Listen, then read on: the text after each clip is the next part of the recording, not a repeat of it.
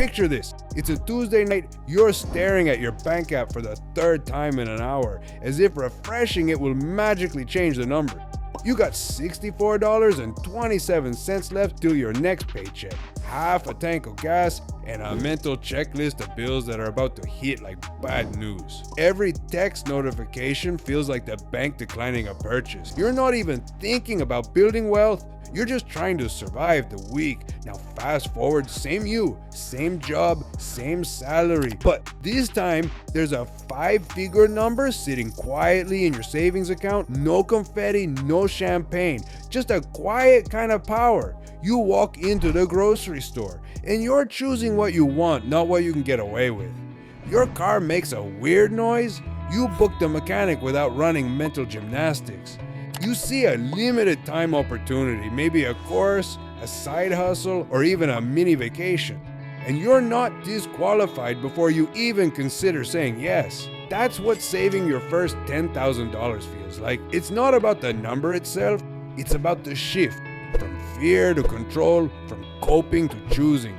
And most importantly, it's proof that managing money isn't just something other people do, it's something you can do. See, nobody talks about this number in the glowing way they talk about 6-figure salaries or stock portfolios. But $10,000 is way more powerful than people give it credit for. It's not rich money, it's foundation money. It's the firewall between you and panic. And hitting this milestone doesn't mean you've made it. It means you've officially stopped drowning.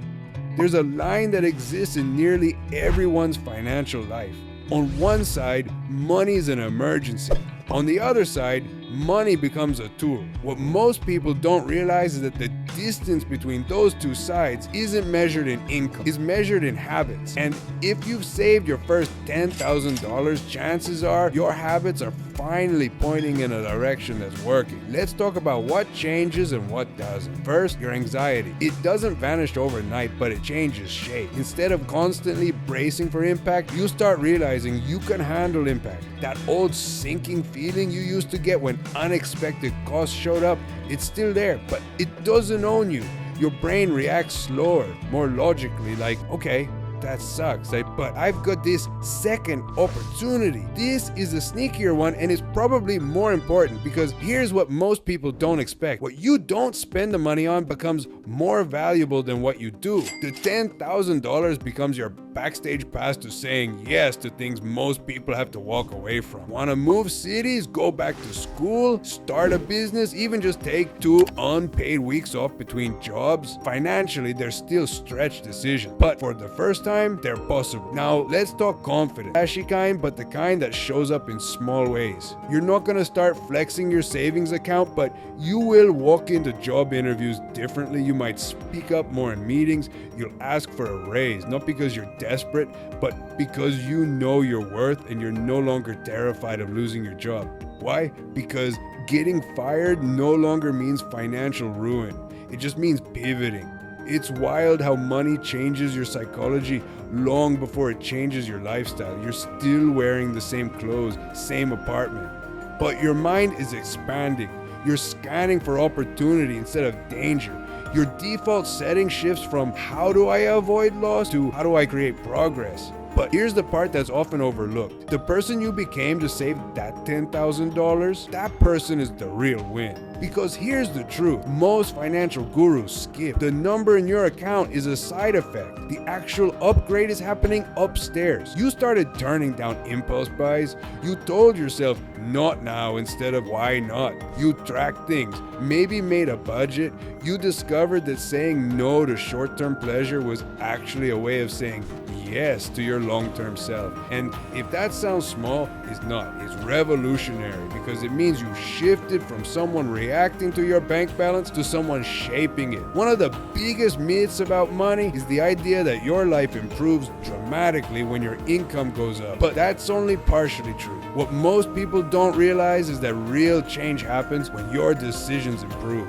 Saving your first $10,000 often rewires the way you make decisions completely. completely, even if your paycheck stays the same. Contrast this with someone who earns more but saves nothing. They might have a nicer car or live in a better zip code, but they're also one small disruption away from crisis. That $4,000 paycheck looks powerful until it evaporates into bills, credit card minimums, and lifestyle inflation. Meanwhile, someone earning half that but sitting on a $10,000 cushion experiences life with more stability, more control, and most importantly, more peace. When you build that savings buffer, your financial posture shifts. You're no longer leaning forward out of fear. You're standing straight, observing, thinking clearly. You're no longer asking, how do I survive this month? Instead, you're asking, how do I grow from here? This kind of financial breathing room doesn't just help during bad times, it's transformative during good times too. Ever notice how stressed people often say no to opportunity, not because they don't want growth, but because they simply don't feel they're in a position to take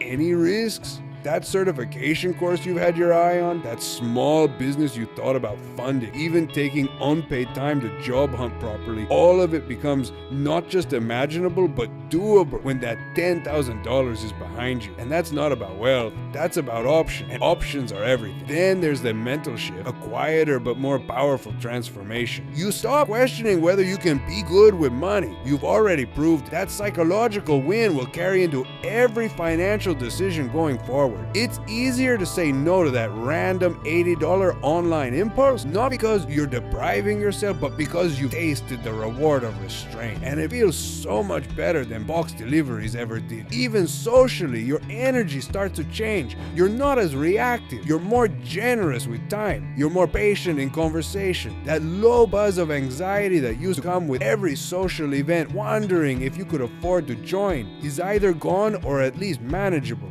You begin reclaiming your life, not through flashy, but through calm, thoughtful presence. Saving $10,000 also teaches you something most financial influencers completely skip. Consistency beats intensity. You didn't do it in a weekend. You did it over months, one decision at a time. You probably had to walk by things in your Amazon cart, make coffee at home, say no when every part of you wanted to say yes, but you did it. And in that process, you proved something more powerful than financial intelligence. You built financial identity, and that identity shift creates momentum. You start seeing saving not as a task, but as a lifestyle. You notice inefficiencies in your expenses. You naturally optimize, not because someone told you to, but because it's how your mind works now. So if you're still grinding your way to that first $10,000, take this as both encouragement and a reminder. The number is important, but the person you become while getting there is the real return on investment. And if you already crossed that line, celebrate quietly, confidently, and then ask yourself, what's the next milestone that makes you feel empowered, not pressured?